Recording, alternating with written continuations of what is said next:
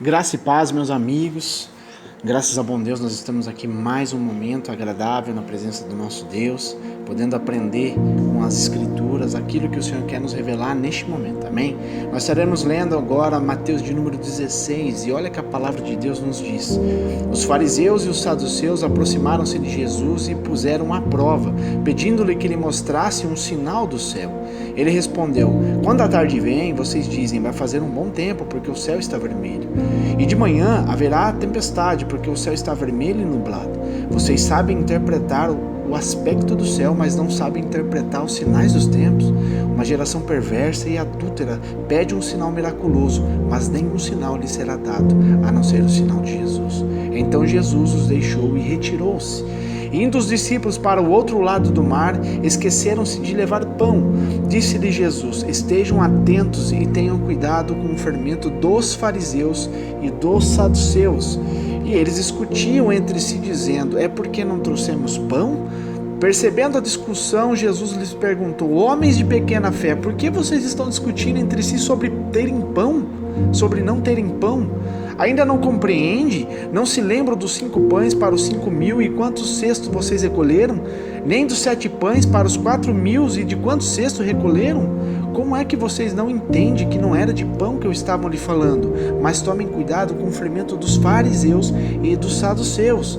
Então entenderam que não estava lhe dizendo que tomassem cuidado com o fermento de pão, mas com o ensino dos fariseus e dos saduceus.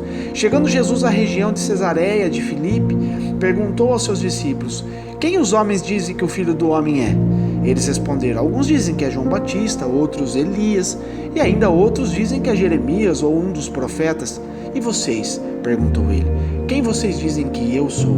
Simão Pedro respondeu: tu és o Cristo, o Filho do Deus vivo. Respondeu Jesus: feliz é você, Simão, filho de Jonas, porque isto não lhe foi revelado por carne ou sangue, mas por meu Pai que está nos céus. E eu lhe digo que você é Pedro, e sobre esta pedra edificarei a minha igreja, e as portas do inferno não poderão vencê-la. E eu lhe darei as chaves do reino dos céus. O que você ligar na terra será ligado nos céus, e o que você desligar na terra também será desligado nos céus. Então advertiu a seus discípulos que não contassem a ninguém que ele era o Cristo. Desde aquele momento, Jesus começou a explicar aos seus discípulos que era necessário que ele fosse para Jerusalém e sofresse muitas coisas nas mãos dos líderes religiosos, dos chefes, dos sacerdotes, dos mestres da lei, e fosse morto e ressuscitasse no terceiro dia. Então Pedro, chamando-o à parte, começou a repreendê-lo, dizendo: nunca, Senhor, isso nunca te acontecerá. Jesus virou-se e disse a Pedro: para trás de mim, Satanás, você é uma pedra de tropeço para mim, e não pensa nas coisas de Deus, mas nas coisas dos homens. Então Jesus disse aos seus discípulos: se alguém quiser acompanhar-me, negue a si mesmo, tome a sua cruz e siga-me, pois quem quiser salvar a sua vida, a perderá, mas quem perder a vida por minha causa, a encontrará. Pois quem adianta o homem ganhar o mundo inteiro e perder a sua alma? Ou que o homem poderá dar em troca de sua alma? Pois o Filho do Homem virá na glória de seu Pai com os seus anjos, e então recompensará a cada um de acordo com o que tenha feito, ou seja, as tuas obras.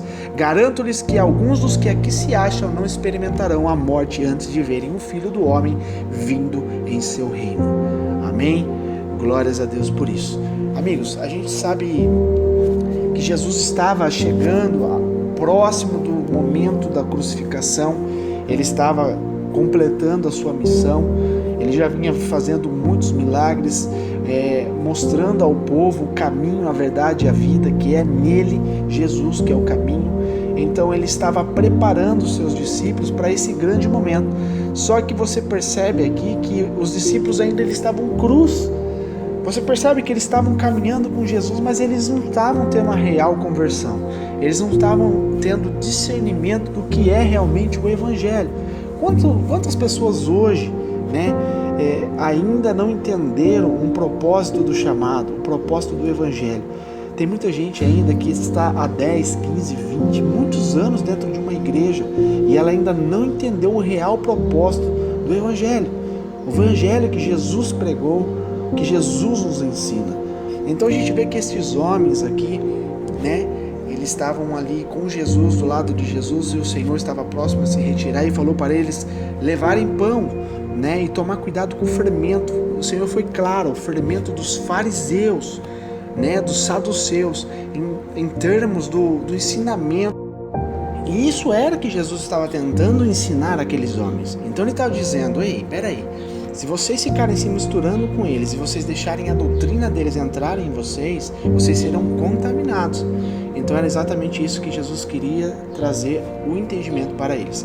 Posterior a isso, o Senhor ainda confirmou, dizendo, por que vocês estão preocupados com o pão, com o alimento da carne? Vocês não têm visto o que eu tenho feito? Você não viu eu multiplicando os pães para 4.000 pessoas? Você não viu multiplicando os pães para 5.000 pessoas?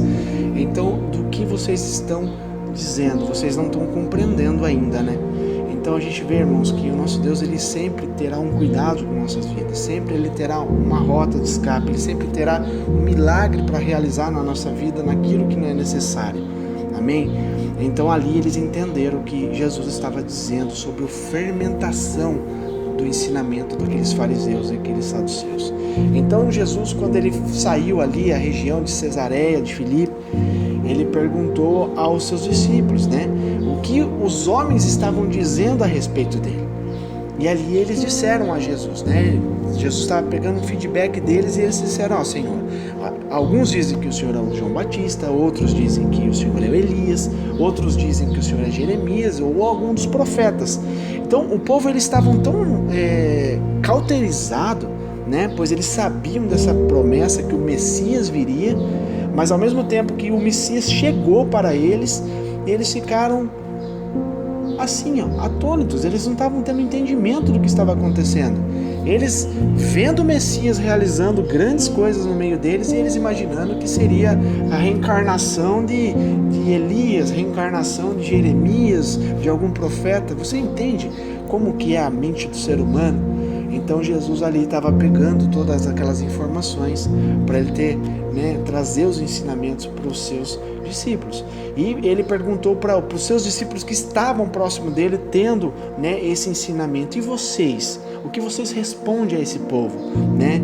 Aí Pedro ali colocou à disposição e falou, Senhor, Tu és o Cristo, o Filho do Deus vivo. Ali ele teve a revelação de Deus, de que o Filho de Deus estava perante eles, né? Que Jesus é o Filho de Deus. E Jesus ali disse claramente a Simão Pedro, disse, feliz és tu, Pedro, né, filho de Jonas, porque isto não lhe foi revelado pela carne e o sangue. Quer dizer, isso não está sendo revelado pelo seu entendimento, pela a sua sabedoria, não, está sendo revelada pelo meu Pai que está nos céus. E disse ali uma bênção sobre a vida de Pedro, dizendo que, Pedro, sobre ti, né, edificarei a minha igreja. Pedro quer dizer pedra. Sobre ti edificarei a minha igreja, e as portas do inferno não poderão vencê-la. Olha a promessa que Deus colocou sobre Pedro. E lhes darei as chaves do reino dos céus. O que você ligar na terra será ligado nos céus, e o que você desligar na terra terá sido desligado nos céus. Essa é a bênção que nós temos também por sermos filhos de Deus. Tudo aquilo que nós ligamos na terra é ligado nos céus, e aquilo que nós desligamos na terra também é desligado nos céus, porque nós temos essa comunhão, temos a oportunidade de termos essa comunhão com o nosso Deus, o Deus Altíssimo. Amém? E ali Jesus advertiu eles, dizendo para que eles não continuassem contando essa informação para o povo, porque no momento certo ele ia ser realmente revelado ao povo. E desde aquele momento Jesus começou a explicar para todos os seus discípulos aquilo que viria sobre ele, né? Que ele teria que sim ir para Jerusalém, e ali ele sofreria muitas coisas, né? Por mim e por você, por nossos pecados, né? Aqueles líderes religiosos iriam ali castigar Jesus, aqueles chefes de sacerdotes, aqueles mestres da lei, que eram tudo homens obstinados pela lei e não tinham discernimento que Jesus Cristo é o Filho de Deus, que estava sendo morto por mim e por você, mas eles também não tinham entendimento que no terceiro dia Jesus ressuscitaria e venceria a morte e todos os seus inimigos. Amém? Então Pedro ali, chamando Jesus à parte, olha para você ver a mente daqueles discípulos, chamou Jesus à parte e começou a repreender Jesus, dizendo: Senhor, nunca permitiremos que o Senhor morra, que o Senhor sofra isso, nunca isso te acontecerá. E Jesus ali advertiu novamente Pedro e disse: Pedro, para trás de mim, Satanás. Pois ele sabia o que estava falando pela boca de Pedro, o que estava cauterizando a mente de Pedro. Você é uma pedra de tropeço para mim, e não pensa nas coisas de Deus, mas nas coisas dos homens. Então, a sua mente só está ligada no terreno. Você não está entendendo que eu estou fazendo uma obra espiritual aqui na terra, que eu estou trazendo aqui uma missão espiritual para salvar todos vocês. Jesus ali teve muita paciência com seus discípulos, muita paciência, e até hoje tem paciência comigo e contigo, para que eu e você possamos viver um caminho de integridade, um caminho de sabedoria e de vivermos a verdade com Cristo Jesus, amém? E o Senhor deixou muito bem claro aqui que aquele que salvar a sua vida a perderá, mas quem perder a vida por minha causa a encontrará. O que Jesus está querendo dizer para mim e para você através desse versículo? Amigos, aquele que perder a sua vida, quer dizer as suas vontades, os teus desejos terrestres, aquilo que você quer colocar por fundamento, se você sacrificar aquilo por Cristo, assim como Jesus sacrificou por mim e por você, nós seremos salvos, nós encontraremos a verdade de viver a vida eterna. Isso que o Senhor quer dizer: se eu e você sacrificarmos as nossas vontades, os nossos desejos e colocar Cristo Jesus em primeiro lugar na nossa vida e vivermos a vontade de Deus, aí sim nós encontraremos a verdadeira vida, que é a vida eterna que Jesus todo instante estava querendo ensinar aqueles homens e ensinar a mim e a você neste momento, amém? Então ele reforça mais um pouquinho ainda sobre isso que ele está querendo dizer, e ele fala: pois o que adiantará ao homem ganhar o mundo inteiro e perder a sua alma? O que ele está querendo dizer? Não adianta você lutar, ralar, chegar com 50, 60 anos, você ganhou um mundo, você está milionário, você tem tudo o que você queria, tudo que você almejava, você conquistou, e a sua alma? Jesus está perguntando para mim e para você: e a sua alma? Valeu a pena você ganhar o mundo inteiro e perder a sua alma? Então, meus amigos, nós temos que ter esse discernimento, né? Que o que o homem poderá dar em troca de sua alma? Nada, não tem preço, não tem nada terrestre que pague a minha e a tua salvação. Por isso que nós temos que completar a nossa missão, as nossas obras aqui nessa terra. Temos que viver a plena vontade de Deus e sermos, né, filhos de Deus, assim como Jesus foi. Sendo assim, nós herdaremos a salvação. Porém, se nós continuarmos vivendo nessa vida de colocar em primeiro lugar as nossas vontades, colocar em primeiro lugar os nossos sonhos, nossos desejos, independente do que Deus tem para mim e para você, certamente nós perderemos a salvação e não vai ter nada que nós possamos fazer naquele grande dia. A hora que o Senhor se apresentar para mim e para você, seja durante a morte normal, natural, ou seja naquele grande dia, se eu e você tivermos a oportunidade de enxergar Ele voltando a buscar o teu povo, buscar a mim e a você, Ele vai perguntar para mim e para você: o que tem feito para mim? Quais são as suas obras? E meus amigos, não tem escapatória. Nós teremos que mostrar as nossas obras. Ele terá um check-up total de tudo que nós fizemos do início até aquele momento nas nossas vidas. E se você só falou assim: Senhor, eu ajudei o pobre, ajudei a viúva, eu fiz isso, fiz aquilo, expulsei demônios, mas se você realmente não viveu a vontade de Deus, meus amigos, Ele vai falar para mim e para você: apartai de mim, pois nunca te conheci. Então é muito importante eu e você termos um entendimento, meus amigos, que ainda dá tempo de nós buscarmos verdadeiramente a face do Senhor. Ainda dá tempo de realmente a gente se esvaziar de todo o nosso eu. A gente tem tempo ainda de realmente se converter à palavra de Deus, né? Buscar a palavra de Deus para que sejamos verdadeiramente transformados. Sendo assim, o Senhor vai nos capacitar, nos fortalecer e nos conceder a vitória sobre todas as nossas dificuldades. E conforme a gente vem trabalhando para o Senhor, conforme a gente vai fazendo a obra do Senhor com integridade, com excelência, posterior a isso, o Senhor cuida de nós em todas as coisas. Por isso que Ele diz: procurai primeiro o meu reino, né? A minha justiça, e as demais coisas eu acrescentarei na tua vida. Cuida do meu reino na terra, que eu cuido de ti. É o que Deus tem para dizer para mim e para você no dia de hoje. E ele completa aqui dizendo: pois o Filho do Homem virá na glória de seu Pai, com os seus anjos, e então recompensará a cada um de acordo com o que tenha feito.